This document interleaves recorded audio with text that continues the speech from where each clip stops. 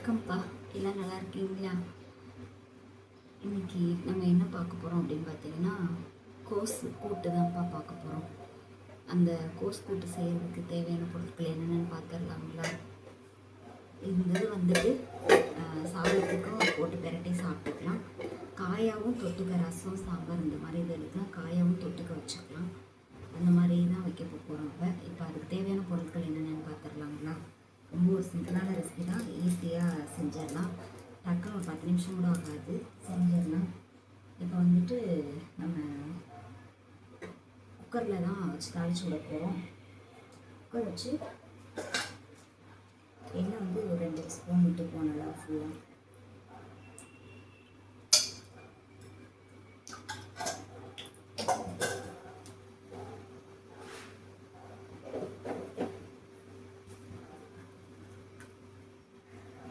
எண்ணெய் காஞ்ச உடனே கடுகு போட்டுருவோம். ஒரு ஸ்பூன் கடுகு,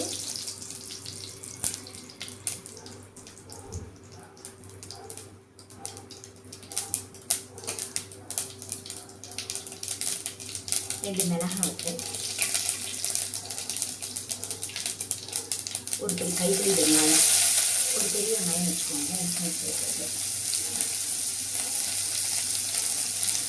கொஞ்சம் கருவேப்பிலை, எல்லாத்தையும் நல்லா வதக்கி விட்டுருவேன்.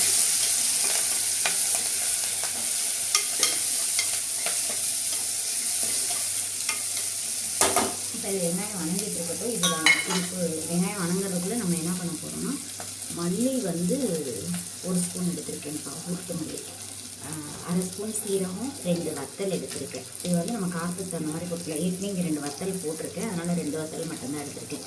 இது மூணையும் வந்துட்டு தண்ணி விடாமல் அப்படியே அடித்து கொஞ்சம் குறப்பாக அடித்து எடுத்துட்டு வந்துடுவோம்.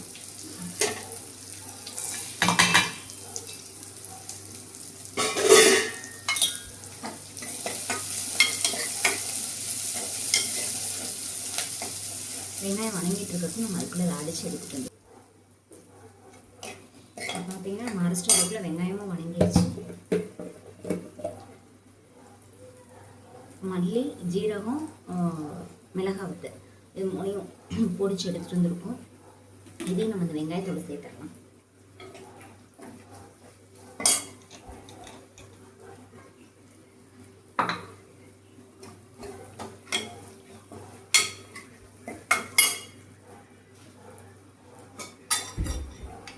இது கூட வந்துட்டு ஒரு அரை ஸ்பூன் மஞ்சத்தூள்,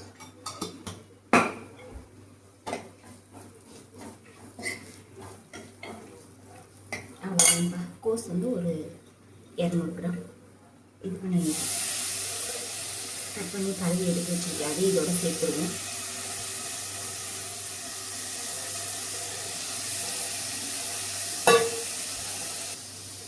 இப்போ வந்துட்டு கோஸி நம்ம அந்த வெங்காயம் இதை போட்டு வணக்கணும் அப்படின்னா அது கூட சொல்லிட்டாச்சு. இது கூட வந்துட்டு கடலைப்பருப்பு வந்து ஒரு 2 ஸ்பூன், பாசிப்பருப்பு வந்து 50 கிராம் பாசிப்பருப்பு எடுத்திருக்கேன். இது ரெண்டையும் ஒன்றாவே கழுவி எடுத்து வச்சுருக்கேன். இதையும் நம்ம இதோட சேர்த்துடலாம்.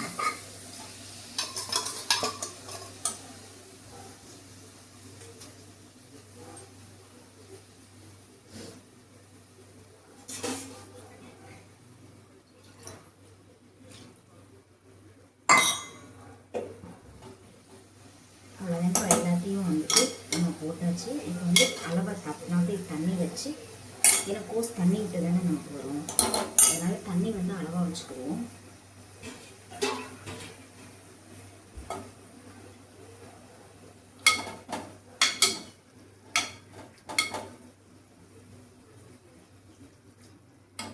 பருப்பு வேகணும் பார்த்தீங்களா, அதுக்காக இதில் ஒரு 1/2 டம்ளர் தண்ணி தான் வச்சுருக்கேன். இப்போது எல்லாமே போட்டாச்சு. தேவையான அளவு உப்பு மட்டும் போட்டு மூடி வச்சுருவோம்.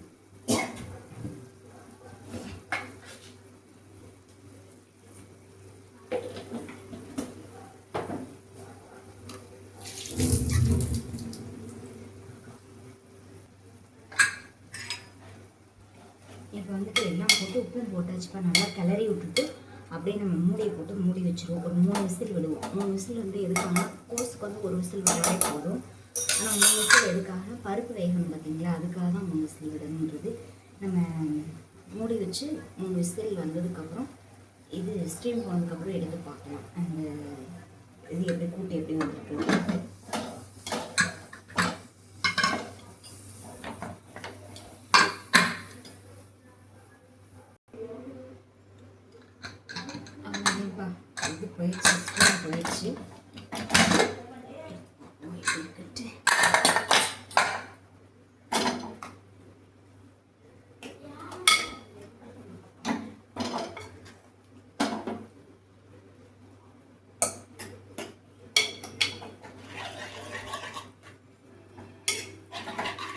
நல்லா கிண்டி விட்டோம் அப்படின்னோம்னா அந்த பருப்பு கொஞ்சம் இலையாக இருக்கிறதெல்லாம் வந்துட்டு மசிஞ்சிரும் பார்த்துக்கோங்க. நமக்கு சாப்பிட்றப்ப தெம்புறது கடலைப்பருப்பு தான். அந்த பாசிப்பருப்பு வந்துட்டு நல்லா மசிஞ்சிரும்.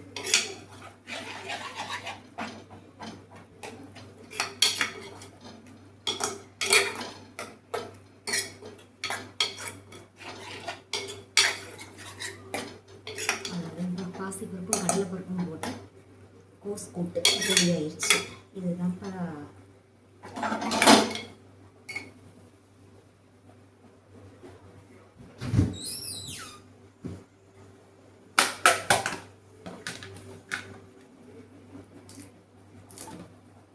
கொஞ்சமாக கருவேப்பிலை மட்டும் போட்டு அப்படியே ஒரு கிண்டு கிண்டி இறக்கிடுவோம்.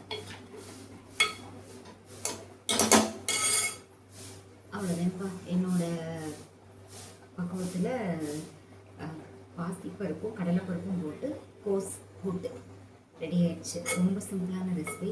இது ரச சாதம், புளிக்குழம்பு இதுகளுக்கெல்லாம் நல்லாயிருக்கும். இது அப்படியே சாதத்தில் சுடு சாதத்தில் போட்டு பசங்களுக்கு ஊட்டி விடலாம். கொஞ்சமாக நெய் ஊற்றி ஊட்டி விடலாம்.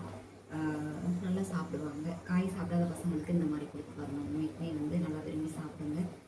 இது அவ்வளோதான் முடிஞ்சு. இன்னும் அடுத்த ஒரு வீடியோவில் பார்க்கலாம். இது பிடிச்சிருந்துச்சுன்னா லைக் பண்ணி ஷேர் பண்ணுங்கள், கமெண்ட் பண்ணுங்கள், சேனலை சப்ஸ்கிரைப் பண்ணிக்கோங்க. அடுத்த ஒரு வீடியோவில் பார்க்கலாம். இது எப்படி இருந்துச்சு அப்படிங்கிறது உங்களோட கருத்தை கமெண்டில் தெரிவிங்க. சரி, ஒரு அடுத்த ஒரு வீடியோவில் பார்க்கலாம். ஓகே, பாய்.